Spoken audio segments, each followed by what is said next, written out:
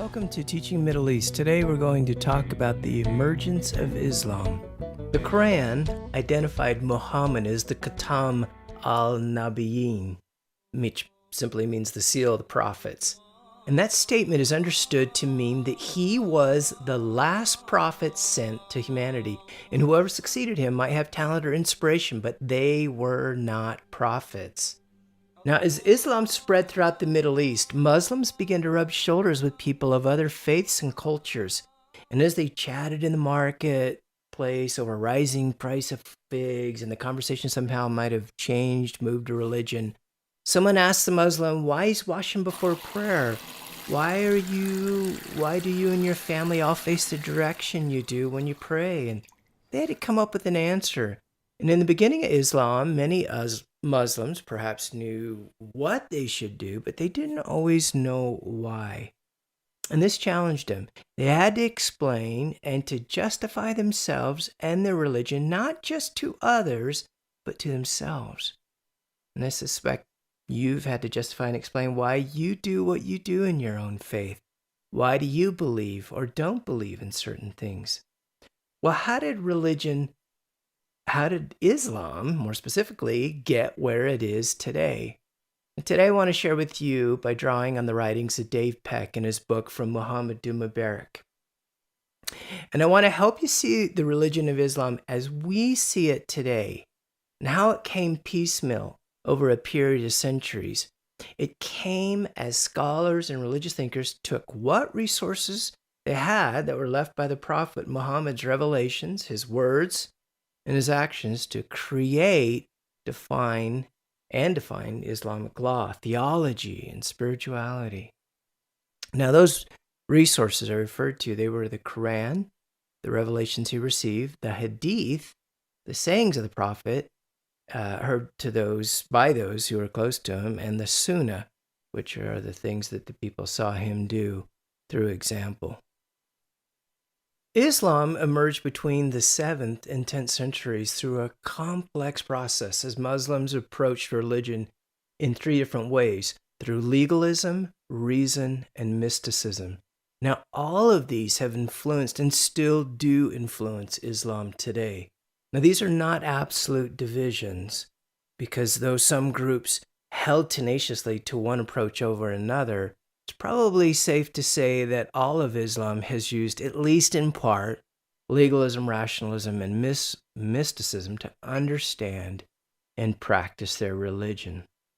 Incidentally, I saw these same approaches to religion as I taught my Christian history course.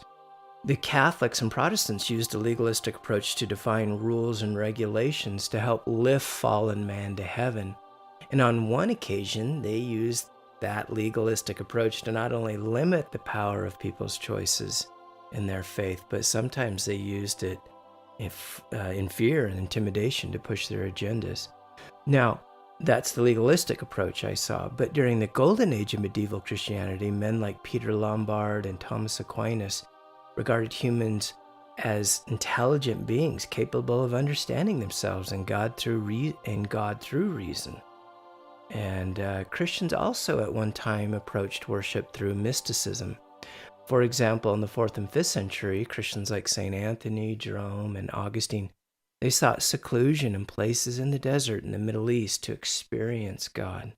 Rules and reason, for many mystics, are important tools to help an individual interpret their experience in the quest for God. But to them, they're not substitutes for experience. Well, now that I've introduced the 3 approaches to religion, let's go a little deeper into each one. Let's talk about the first one, legalism. To understand legalism, you have to look at the 3 aspects of Islam that took form as a result of legalism. First, you have to look at Sharia law. Sharia law is simply it's religious rules and principles that Muslims pulled from the Quran, Hadith, and Sunnah. These rules, they regulated everyday religious life, 7 days a week. Now, we call Muslims who adhere to Sharia law as Sunni Muslims or Sunnites. Incidentally, Sunni Muslims make up about 80% of all Muslims. An example of a strict Sharia ideal is the veiling of women. And interesting, it was originally a Christian custom in Byzantium, in the Eastern Roman Empire, and then it was practiced by Muslims later. Now, as you can see by these images, some Muslims believe that a woman merely needed to cover her head with the hijab, and believe that some, on the other hand, believe that a woman should wear a burqa. Queen Rania of Jordan wears neither. Again, it took centuries for Muslims to define their own unique identity. Before Islam emerged as a legal system under Sharia, it formed what Fred M. Donner called a believers movement, meaning that almost any monotheist, meaning a person that believes in the one supreme God, could be a part of Muhammad's ummah. Ummah means community. So even a Jew or a Christian could be a Muslim. Did you know that originally? And the Constitution of Medina, it's a charter written by Muhammad and his followers when he came to live in Medina. It indicates that Jews and Christians were originally included in the Ummah. Here's something interesting. Did you know that originally to become a Muslim, you just nearly had to declare that there is no God but Allah? Because Christian and Jews declared that there was only one God, they were basically in the club. But later, as legalists redefined the Quran, Hadith, and the Sunnah, they formulated a Sharia code that began to exclude these monotheists, such as Jews and Christians. And the legalists said, it's not enough to merely declare that there is no God but Allah.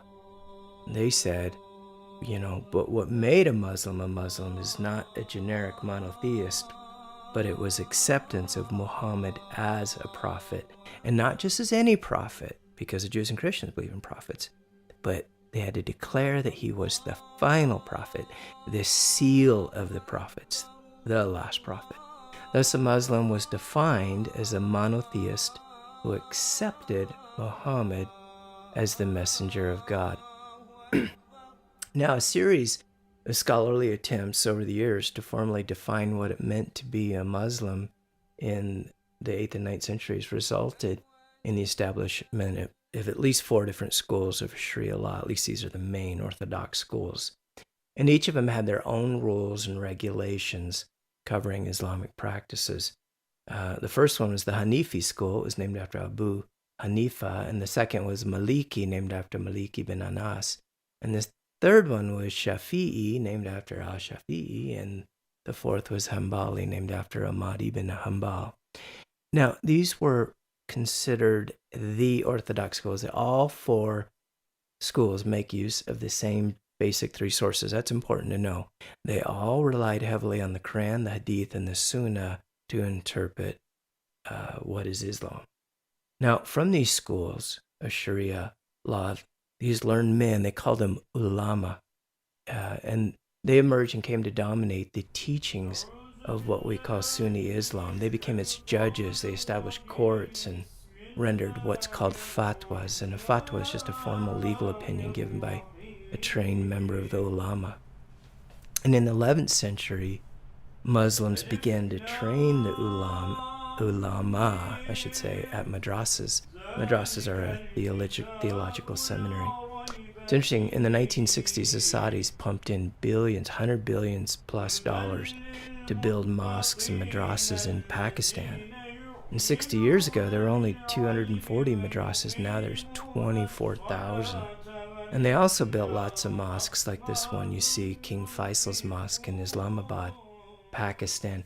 Now, it may appear like there's little difference between these 4 schools at first glance, but those that adhere to that last one I named, the Hanbal school, taken the Hanbal teachings taken to an extreme, have affected our world in many ways. For example, the Hanbali school influenced Saudi Wahhabism, and Wahhabism, taken to the extreme, influenced groups like ISIS and Al-Qaeda and Boko Haram.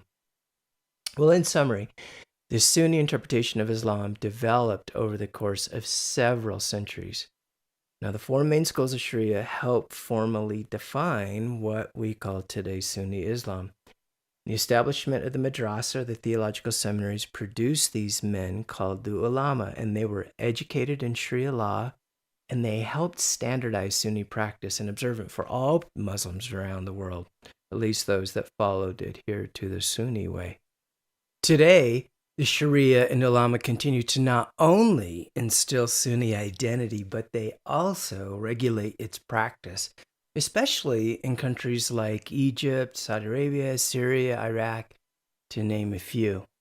Now, just as Sunni Islam defined itself through the creation of the Sharia, Shiism too developed its own notions of authority and law. Now, I mentioned before, early Muslims favored Muhammad's cousin and son-in-law, Ali, to become their prophet's successor. They were known as the Shi'atu Ali, or the supporters of Ali, or simply as we know, Shiites. Shiism was based upon a key principle that the caliph, or the Muslim leader, as what that means, should and could only be a descendant of Muhammad, a member of the al-Bayt. That just means people of the house or family of the house. Though Ali wasn't Muhammad's biological son, he was his son-in-law because he married Muhammad's daughter, Fatima. Before Ali was Muhammad's son-in-law, though, he was Muhammad's cousin because Ali's dad was Muhammad's uncle Talib. And when his uncle Talib died, Ali lived with Muhammad. And the Shi'at Ali, or first supporters of Ali, not only believed that Ali was the best candidate for leadership because he was related to Muhammad, but they also believed that Ali possessed spiritual gifts and talents bequeathed to him by Allah. Now, another key idea in Shiite belief is that when Ali died, the imamate passed to his son Hassan, and from Hassan to Ali's younger son Hussein. There's another key idea that helps distinguish Shiites from Sunni Muslims. Both Sunni and Shiite Muslims believe in an imam, but in a different way. Imam comes from Arabic, amma, which means one who proceeds to go before. An imam is the person in charge of a mosque and goes before the people and leads the people to daily prayers. All sects of Islam use the meaning of imam in this way that I just defined. Shiites, however, believe the imam is the divinely appointed leader for all believers, and they say there can only be one imam in authority in the world at one time. He is to Shiites what Moses would be to the Jews or Peter would be to the Christians. Shiism believes that the imam has four powers. 1, he's both a religious leader and a political leader. 2, though he's not a prophet, he has authority to interpret the Quran. 3, the imam has the right to interpret, alter, or even update political culture and religious practices. For example, in Iran, when Ayatollah Khomeini came into power, he demanded that women cover their heads. And 4, the imam is appointed by Allah and has the right to govern Islam. Now, over time, different groups of Shiites became divided over the issue who was the rightful imam. And in that debate, 3 main branches over the years started to emerge. They're known as the Fivers, Seveners, and the Twelvers. Now, each of these branches believed their imam, as I mentioned, was the rightful imam. Consequently, there are several men alive today who are considered to be the imam, and each subsect claims its imam is divinely appointed, the leader, the imam. Now, it's too confusing to discuss all the various subsects of Shiism and their imams, but let me just, again, say there were 3 major branches. Let me talk about them: the Fivers, Seveners, and Twelvers. Now, the Fivers, or Zaydis, are a moderate sect of Shia Muslims founded after the death of the 4th Imam in 713. They're sometimes known as Fivers because they broke with other Shiites over the support for the 5th Imam, Muhammad al-Baqir. The Zaydis chose to follow Zayd ibn Ali, who is a grandson of the martyr Hussein, the grandson of the Prophet Muhammad. Now, just hold on. I know it's a little confusing, but the Zaydis chose to follow Zayd ibn Ali because he was the first of Hussein's descendants to rebel against the Umayyad dynasty, which persecuted the Shiites. For example, Zaydis do not believe the Imam is God's representative on earth or has special God-given powers. Now, that's different than the Shiites in Iran. For them, anyone descended from Muhammad's daughter Fatima and her husband Ali may become an Imam. Now, the second branch of Shiites, or the Seveners, or Ismailis, is a movement emerged between about 900 1200 AD. And they take their name from Ismail, son of Jafar al-Sadiq, the sixth Imam. Jafar had named Ismail as his successor, but Ismail died before his father. And after Jafar's death in 765, many of his followers still considered Ismail to be the seventh Imam because Dad declared him to be, because he was in that line. Today, Ismaili communities exist in countries like Syria, Central Asia, Iran, Africa, North America, and Europe. And there's about 2 million worldwide today. Now, even though there's three different factions, three different branches of Shiites, the lion's share of them are the Twelvers. They are the ones that, when people talk about Shiites, they are the ones that are usually generally referred to. And the Twelvers come from the idea that the 12th Imam in the line of Ali, he disappeared in 874 AD while he was still a child. So his followers didn't have a successor. They solved that problem, though, by establishing the doctrine they called the hidden Imam. It states that the 12th Imam never died, but will remain in an unseen spiritual form until the end of the world. Now, this idea is also called occultation. And the Twelvers believe that the hidden Imam will return at the end of the world as they call him the Mahdi, a divinely guided leader who will restore justice and equality on the earth. Twelvers also believe that there is a deputy of the hidden Imam. This deputy acts as his kind of ambassador, his representative. He can interpret Islamic law using independent reasoning. The most respected of these leaders are the Ayatollahs, a title that means signs of God. Now, the role of the Ayatollahs is to provide guidance to the faithful while they await the coming of the Mahdi. The Twelvers are considered the largest branch of the Shiite Muslims, and they comprise the majority in present-day Iran. You can find them also in Iraq, Lebanon, and in Bahrain. Now, in summary, there are numerous subsects within Shiism, and it may be said that nearly all Shiites hold to the ideas that, number one, Ali, Muhammad's cousin and son-in-law, was divinely commissioned to be his first successor or caliph, leader of the Islamic community, and Ali possessed divine authority to correctly interpret and apply the revelations given to Muhammad. And Ali passed his imamate to his older son Hassan, and from Hassan it was passed to Ali's younger son Hussein. And that authority, the authority of the imam, was subsequently passed down from among the male members of the Ali family. Now, as you can see, interpreting religion through a legalistic lens, there were many factions among the Muslims, among the split the Sunnis and the Shiites, but also there were splits among the Shiites. But there are also some similarities as well as differences. For example, most Muslims adhere to the 5 pillars, and the 5 pillars you can see here in this image of they're the Islamic belief and practice accepted by most Muslims today. And there are also the 6 articles of faith that most Muslims adhere.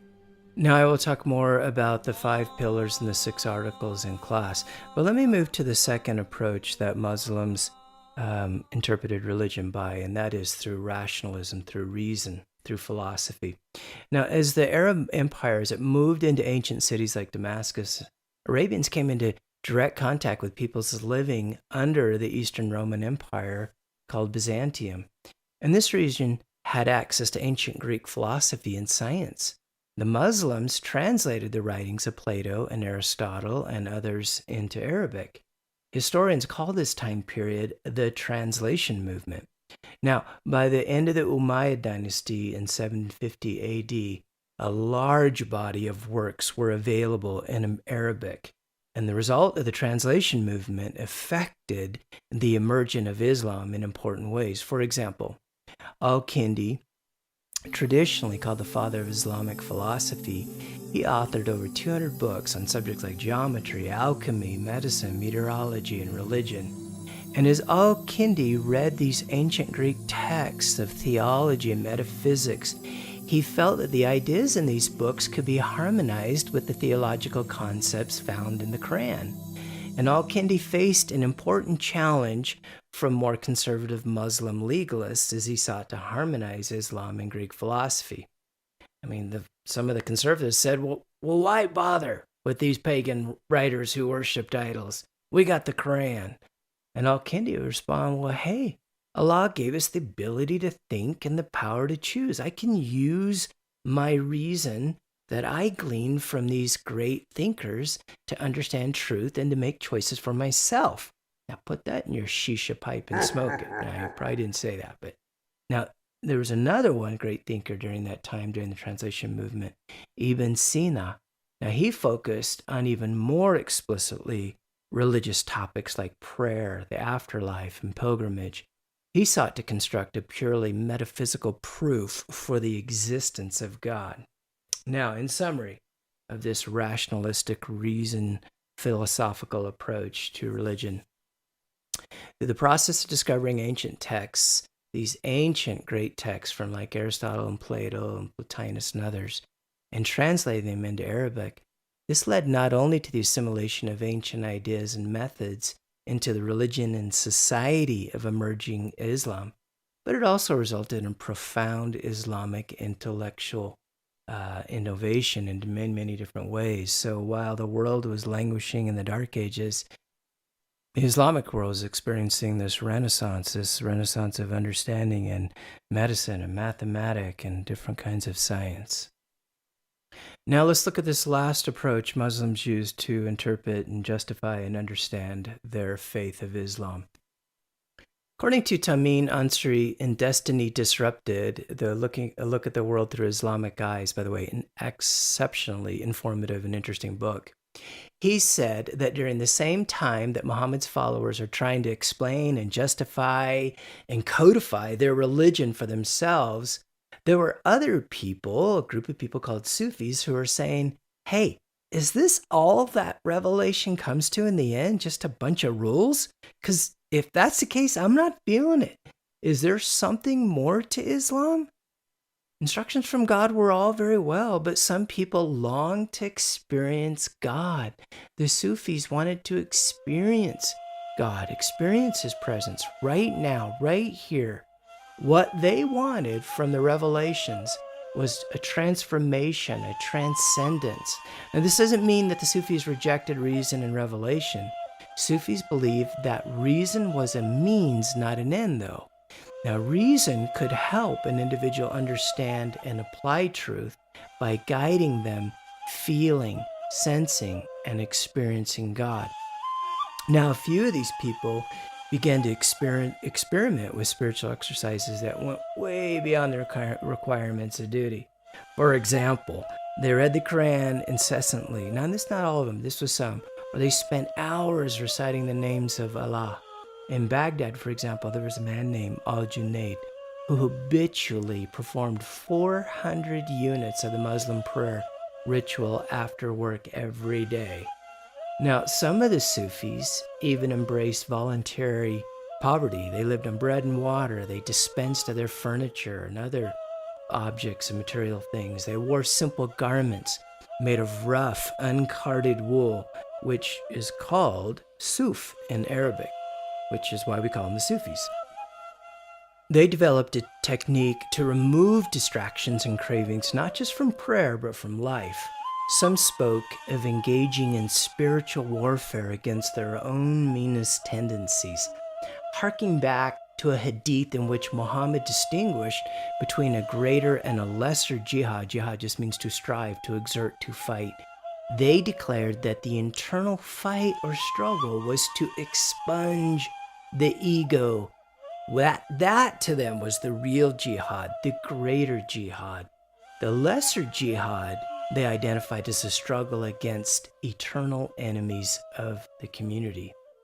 Now, in conclusion, as Muslims sought to explain and to justify themselves and their religion, Islam as we know it today began to emerge between the 7th and 10th century. It emerged as scholars and religious thinkers sought to define Islamic law, theology, and spirituality through the revelations of the Quran, the Prophet's sayings in the Hadith, and the Prophet's doings in the Sunnah. Now, it didn't happen overnight, but through a process. Now, that process was influenced, remember, by three main sources. This is important. It was influenced by the legalist approach. Whether Sunni or Shiite, they wanted to standardize ritual practice in Islam. And number two, it was influenced by rationalist thinking. They wanted to harmonize Greek philosophy with the Quran. And third, Islam was influenced by the mystics who wanted to experience God through self-examination, meditation, solitude, and prayer, like I told you about with the Sufis. So, by the 10th century, the basic key beliefs and rituals of Islam were in place. Islam had emerged as a major world religion. Thanks for listening today. I hope this helped you understand the emergence of Islam. If you want to know more, go to Teach Middle East at Castillow.org.